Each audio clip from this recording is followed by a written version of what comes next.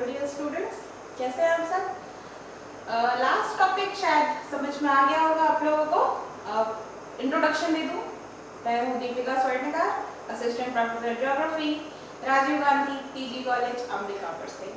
तो जो last topic हमने स्टार्ट किया था आइसोस्टेशिका, उसके आधार को हम जान चुके हैं कि एक्चुअल में सिद्धांत है क्या कहता है और इसकी शुरुआत कैसे हुई। थोड़ा सा रिपीट कर देते हैं कि आइसोस्टेसी अर्थात हमने क्या पढ़ा, भूसंतुलन, कि पृथ्वी पर जो ऊंचे उठे हुए भाग हैं जैसे पर्वत, पठार, मैदान, और जो नीचे धसे हुए भाग है सागर, झील, नदियां, इनके बीच में जो एक संतुलन की दशा है, संतुलन भी कैसा, एक यांत्रिक संतुलन, यांत्रिक या भौतिक संतुलन, उस संतुलन को हम भूसंतुलन की दशा कहते हैं।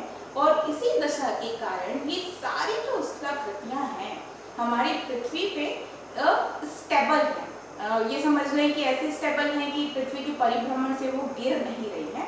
एक बहुत इंपॉर्टेंट सिद्धांत हमने लास्ट क्लास में जान लिया था कि किन लोगों ने इसका समर्थन किया है, इसके समाधान के लिए प्रयास किया है, सिद्धांत दिए हैं। तो जो दो मोस्ट इम्पोर्टेंट सिद्धांत हैं जिन भूगर्भविद्ताओं के, वो हैं एरी और प्राट। तो आज हम एरी के कॉन्सेप्ट को और प्राट के कॉन्सेप्ट को जानेंगे कि ये भूसंतुलन के बारे में किस प्रकार का जो मत है वो व्यक्त करते हैं। एरी पहले ही बात कर चुके हैं कि सबसे पहले जिन्होंने ये सिद्धांत दिया वो एरी थे, और जब इनके पास समस्या का समाधान लेके गए तो इन्होंने बताया था कि हिमालय की जो आकर्षण शक्ति है उसके कारण ये हो रहा है, और जो डिफरेंस 5.236 का आया था उन्होंने इसको मान लिया था। तो एरी का कॉन्सेप्ट आया था 1855 में। डिफरेंस जो था जो डिफरेंस आया था किसमें, ट्रायंगुलेशन मेथड और एस्ट्रोनॉमिकल मेथड में 5.236 का, उसको ये मानते हैं। इनके कॉन्सेप्ट का जो सेंटर पॉइंट था वो था uniform density with varying depth, अर्थात समान घनत्व लेकिन किसमें वेरिएशन होगा, भिन्नता होगी गहराई में, अर्थात एक समान घनत्व और गहराई में भिन्नता, ये इसकी बात करते हैं। अर्थात ये कहते हैं कि जो चट्टानें उनका घनत्व या जो स्थलाकृतियां हैं उनका घनत्व बिल्कुल एक समान है पर उनकी गहराई में अंतर है। इससे पहले थोड़ा जान लें कि शुरुआत कैसे हुई। तो जो एरी है वो कहते हैं कि जो हिमालय है वो खोखला नहीं है, इस बात को बिल्कुल वो सहमत नहीं है, ना उसका समर्थन कहते हैं कि आखिर में कैसे कोई इतना बड़ा जो पर्वत है वो खड़ा हो सकता है खोखला हो गए उसके बुलबुले होने से। वो ये कहते हैं कि जो इतना ऊंचा पर्वत है हिमालय, ऊपर का जो ज्यादा घनत्व है वो जो घनत्व है नीचे के कम घनत्व वाले पदार्थ से संतुलित हो जाता है। इस बात को हम समझेंगे, बहुत इंपॉर्टेंट फैक्ट है, याद रखिएगा कि ऊपर का अधिक घनत्व नीचे के कम पदार्थ से संतुलित होता है, एकदम याद रखिएगा, ठीक है, कि हो क्या रहा है, अभी इसको हम लोग समझेंगे। ये कहते हैं, इन्होंने सर्वप्रथम बताया था कि जो क्रस्ट है, क्योंकि हम कहते हैं ये किसको मानते थे, law of flotation, law of flotation या तेराव के नियम पे इन्होंने अपना सिद्धांत दिया था। सबसे पहले इन्होंने बताया कि जो क्रस्ट है वो फ्लोट कर रही है किसके ऊपर, सबस्ट्रेटम के ऊपर। क्रस्ट अर्थात सीआर, सबस्ट्रेटम का अर्थ क्या है, सीमा, सीमा अर्थात मैग्मा, सीआर अर्थात हमारी भूपर्पटी। तो ये जो भूपर्पटी है अर्थात कम घनत्व वाला जो स्थल है वो अधिक घनत्व वाले पदार्थ मैग्मा या सीमा के ऊपर तैर रहा है। सबसे पहले ये जो बात है वो एरी बताते हैं। अपने सिद्धांत को बताते हुए इस लॉ ऑफ फ्लोटेशन को बताने के लिए उन्होंने एक एग्जाम्पल दिया, जैसे कि एक नाव समुद्र में, सागर में, जल में जब वो तैरती रहती होगी, कभी आपने देखा होगा कि जो नाव है उसका जितना भाग ऊपर होता है उससे कहीं ज्यादा भाग उसके नीचे होता है। किसी नाव की फोटो को अभी देख लीजिएगा, ठीक है, तो आप समझ जाएंगे इमेज को, जब देखेंगे तो बहुत थोड़ा भाग ही ऊपर होता है और उसका ज्यादातर जो भाग होता है वो नीचे होता है, ठीक है।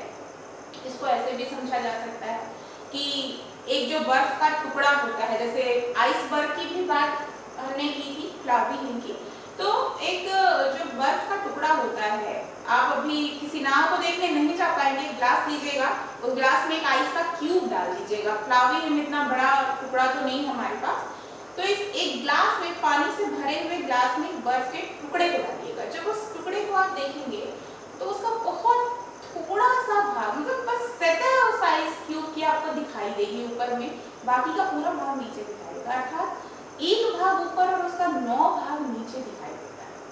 यहाँ पे ये याद रखना जरूरी है कि ये बर्फ के टुकड़े का उदाहरण नहीं दिया है।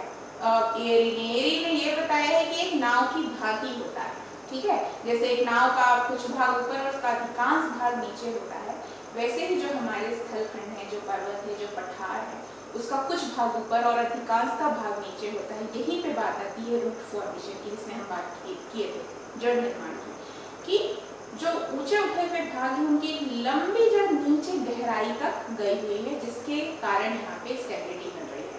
तो 9 भाग वाली जो बात थी उसको ऐसे समझें कि जैसे हिमालय की ऊंचाई कितनी है, हम सभी जानते हैं कि सर्वाधिक ऊंचाई माउंट एवरेस्ट की 8,848 मीटर, कहीं कहीं पे आपको 8,850 मिलेगा। तो ऊपर में 8,848 मीटर की ऊंचाई पे जो हमको पर्वत दिख रहा है, उसको 9 से हम डिवाइड कर दे तो 79,632, अर्थात इतने मीटर का जो भाग है वो कहाँ जा रहा है, वो अभी हमारे मतलब क्रस्ट के नीचे है, गहराई में गया हुआ है। अर्थात ये हमारा ऊपर पर्वत है और इसकी इतनी लंबी जड़ है, इसकी इतनी लंबी जड़ का निर्माण हो गया है और इसी जड़ से ये जो पूरा पर्वत है ये स्थायी रूप से खड़ा हुआ है। सिद्धांत की मूल भावना इतनी ही है एरी की। यहाँ पे जो एक बात मैंने आपको शुरू में कही कि ऊपर के अधिक घनत्व का जो संतुलन है नीचे के कम पदार्थ से हो जाता है, बस इसको समझ लीजिए। जैसे हम मान लें कि ये हमारा क्रस्ट है, यहाँ पे कुछ पर्वत है, एक पठार है, मैदान है, और इसको मान लें हम कि यहाँ पे समुद्र का बेसिन है, ठीक है, गहरा भाग है। अब क्या होगा कि ये ऊंचे उठे हुए भाग का घनत्व क्या होगा, ज्यादा है। अगर हम मान लें कि यहाँ पे घनत्व ज्यादा है, या ये मान लें कि हम यहाँ पे ये कह रहे हैं कि uniform density with varying depth, इसका मतलब कि इन सब की डेंसिटी एक समान होगी लेकिन इनकी गहराई में अंतर होगा, और यही गहराई में जो अंतर होगा एक रेखा होगी जिसको कि हम क्षतिपूर्ति तल कहते हैं। हाँ, क्षतिपूर्ति तल शब्द का प्रयोग प्राट ने किया है, लास्ट क्लास में हमने बात की थी, लेकिन एक ऐसी रेखा सभी मानते हैं जहाँ पे भी जो भार है बिल्कुल समान हो जाता है। तो ये अधिक घनत्व अगर है यहाँ पे, इस पद का घनत्व ज्यादा मान ले, तो अब ये नीचे ये क्या है, ये है हमारा सबस्ट्रेटम जहाँ पे मैग्मा भरा हुआ। ऊपर हमने बात की है कि क्रस्ट फ्लोट ऑन सबस्ट्रेटम, तो ये क्रस्ट का भाग है और ये फ्लोट हो रहा है इसके ऊपर, ठीक है। तो अब ये ऊंचा भाग है, अब देखिएगा कि भाग संतुलित कैसे होगा। जितना ऊंचा भाग होगा उसकी उतनी ही लंबी जड़ होगी। अगर ये 8,848 मीटर था तो इसका 79,632 मीटर का भाग नीचे गया। अगर ये 300 मीटर का होता है तो 3 नवा होता है 2700 मीटर का भाग नीचे जाएगा, तो कम नीचे जाएगा, ठीक है।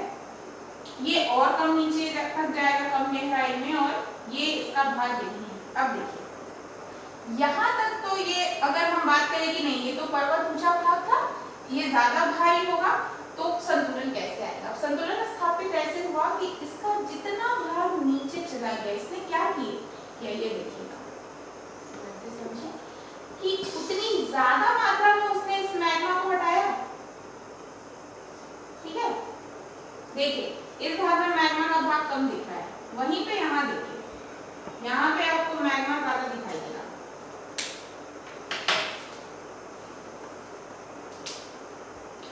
ये मैग्मा यहाँ पे आपको ज्यादा दिखाई देगा, ठीक है। अब देखिए उससे कम ऊंचा उठा भाग हमारा मैदान है, देखिए मैग्मा यहाँ पे और ज्यादा दिखाई दे रहा है, और यहाँ पे सबसे ज्यादा। तो ये भाग, इस भाग को संतुलित कर दिया नीचे के कम पदार्थ में। यहाँ पे ज्यादा भाग था इसलिए ये नीचे कम पदार्थ आया, भाग समान हो गया। यहाँ पे मैग्मा, ये भाग छोटा आया है गहराई तक, लेकिन मैग्मा ज्यादा हो गया, अब दोनों का भाग समान हो गया। यहाँ पे भी यही काम हुआ है कि जितना कम गहराई में गया है उसके नीचे उतना ज्यादा मैग्मा है। अब इस रेखा पे सबका समानुपात है। तो ये बताते हैं कि जितना ज्यादा ऊंचा रखा हुआ भाग होगा उसकी जड़ें उतनी गहराई में जाएंगी और उतने ज्यादा जो मैग्मा का ज्यादा घनत्व वाला भाग है उसको हटाएंगी, जो कम गहराई में जाएगा, अर्थात जो कम ऊंचा उठा हुआ भाग है वो कम गहराई में जाएगा और कम मैग्मा को हटाएगा उस स्थान से, मतलब कि मैग्मा उसके नीचे में ज्यादा होगा। तो इन सब का भार इस आधार पे यहाँ पे एक समान हो जाएगा। एक बात और जो कही इसको समझाने के लिए उन्होंने, उदाहरण को समझाने के लिए लोहे के कुछ स्तंभ ले लिए, छड़े ले ली, लोहे की अलग अलग ऊंचाई की छड़े ले ली और उसने एक पारे से भरे हुए जार में डाल दिया, एक जार लिया, उसको पारे से भर दिया। ये है पारा, बहुत ज्यादा घनत्व का होता है पारा, जस्ट लाइक हमारा मैग्मा, ठीक है, सीमा, सबस्ट्रेटम, और ये है हमारा सियार। यहाँ पे ये सियार है।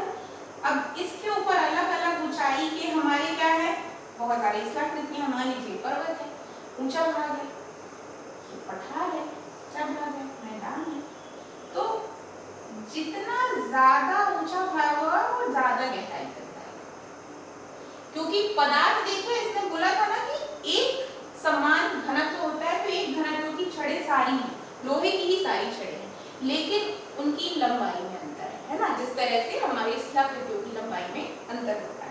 तो लिया तो जितना ऊंचा भाग होगा वो अधिक गहराई तक है। इस तरीके से वो अपने सिद्धांत को समझाने की कोशिश करते हैं। अर्थात जो मूल भावना है उसको इतना समझिए कि डेंसिटी समान होगी, गहराई अलग अलग होगी, जितना ऊंचा उठा हुआ भाग होगा उसकी जड़ें उतनी ज्यादा गहरी होगी, कम ऊंचे उठे हुए भाग की जड़ें कम गहरी होगी। अब लेकिन कोई सिद्धांत है तो उसकी थोड़ी सी आलोचना हो सकती है, कुछ कमियां हो सकती हैं। तो जो बात यहाँ पे कही कि गहराई होने के साथ जड़ लंबी हो रही है, अब देखिए हमको ये भी एक चीज पता है कि जैसे जैसे हम भूतल की गहराई में जाते हैं तो प्रति 32 मीटर की गहराई पे 1 डिग्री सेंटीग्रेड जो तापमान है वो बढ़ जाता है। अब हम जा रहे हैं 79,632 मीटर की गहराई में, तो सोचिए कितना ज्यादा तापमान बढ़ चुका होगा, और इतना ज्यादा जब तापमान बढ़ेगा तो वो जो जड़ है वो एक पर्वत के रूप में ना रह के, ठोस ना रह के क्या होगी, पिघल जाएगी। तो इस चीज को नहीं बता पाए थे एरी, या इसका स्पष्टीकरण उन्होंने नहीं दिया है। हालांकि जो एरी का सिद्धांत है सर्वाधिक मान्य सिद्धांत है आइसोस्टेसी या भूसंतुलन के संबंध। अब हम जिस सिद्धांत की बात करेंगे वो है प्राट का सिद्धांत। प्राट ने अपना सिद्धांत 1859 में दिया था, जब इनके पास इस समस्या का प्रश्न पूछा गया कि ये जो हिमालय है वो किस आकर्षण शक्ति का प्रयोग कर रहा है, या जो डिफरेंस आया है, तो उन्होंने जो डिफरेंस आया था 5.236 का, इसको बहुत अच्छे से अध्ययन किया, और जब अध्ययन किया तो इन्होंने ये निष्कर्ष निकाला कि जो हिमालय है वो अपनी कम आकर्षण शक्ति का प्रयोग कर रहा है। अगर अपनी आकर्षण शक्ति का प्रयोग करे तो वो अंतर 5.236 ना होके 15.885 आना चाहिए। अब क्या किया प्राट ने, हिमालय की और उसके आसपास की चट्टानों का अध्ययन किया, और उसने बताया कि uniform depth with varying density, गहराई एक समान होगी लेकिन घनत्व अलग हो गया था। चट्टानों का घनत्व एक समान नहीं है, चट्टानों का घनत्व अलग अलग है। यहाँ पे एक चीज और समझिएगा कि चट्टानों का जो घनत्व है वो एक स्तंभ में नहीं बदलता है, एक स्तंभ से दूसरे स्तंभ में बदलता है, ये उन्होंने बताया। उन्होंने ये भी बताया कि जो गहराई है, गहराई और जो घनत्व है उसमें विपरीत का संबंध होता है, अर्थात घनत्व ज्यादा है तो गहराई कम होगी, ये उन्होंने बताया। तो उन्होंने बिल्कुल ये चीज यहाँ पे बताया है कि जो माउंटेन है इनका जो घनत्व होगा वो प्लेटू से क्या होगा, कम होगा। प्लेटू का जो घनत्व है वो प्लेन से, मैदान से कम होगा, और प्लेन की जो डेंसिटी है वो सी बेसिन से कम होगी। ये इनके सिद्धांत की मुख्य बातें हैं। जैसे एक कुछ छड़ों का उदाहरण लेके एरी ने समझाने का प्रयास किया था, वैसा ही एक प्रयास प्राट भी करते हैं। प्राट ने क्योंकि बताया था कि डेंसिटी क्या है, भिन्न है, तो उन्होंने अलग अलग डेंसिटी की कुछ छड़ें ले ली, ठीक है। जैसे कि उन्होंने छड़ ले ली, लेड की ले ली, पारे से भरे पात्र में उन्होंने रखा, एक लेड की छड़ ले ली, एक आयरन की ले ली,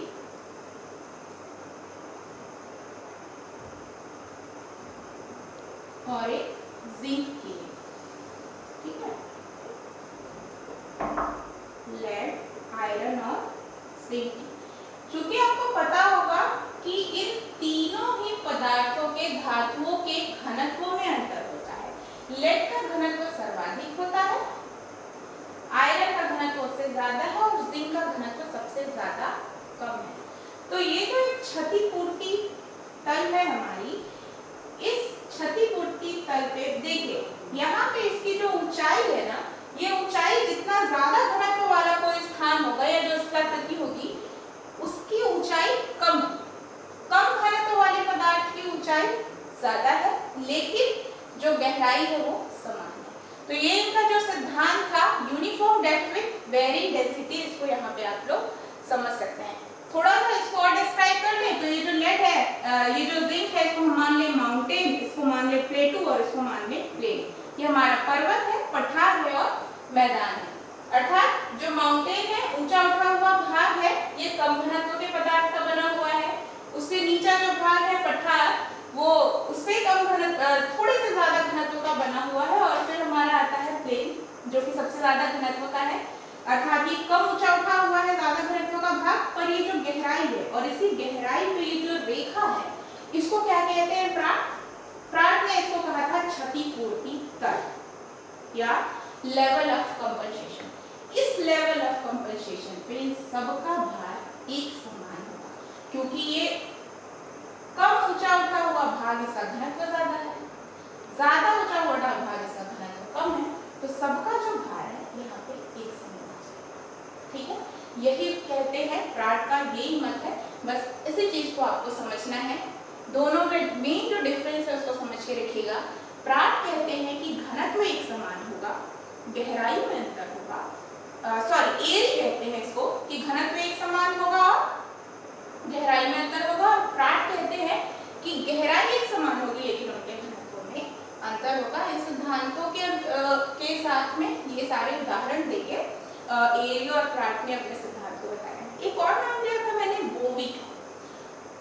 बोवी का सिद्धांत ऐसे आपको पढ़ना नहीं है, दो सिद्धांत हमारे लिए सफिशिएंट है। बोवी ने बस इतना बताया, इन दोनों का कंक्लूजन निकाला था और इनके अंतर को बताया था कि इस आधार पे ये भू संतुलन की स्थापना करते हैं। तो जब भी आप ये सिद्धांत पढ़ेंगे, थोड़ा सा कंपैरेटिव पढ़िएगा, तुलनात्मक पढ़ेंगे तो बहुत अच्छे से समझ में आएगा कि इन्होंने कॉन्सेप्ट दिया 1855 में, इन्होंने 59 में दिया, 5.236 को इन्होंने माना, इन्होंने 15.88 मार्च को माना, ये लॉ ऑफ रोटेशन को मानते थे, ये लेवल ऑफ कंपनसेशन को मानते थे।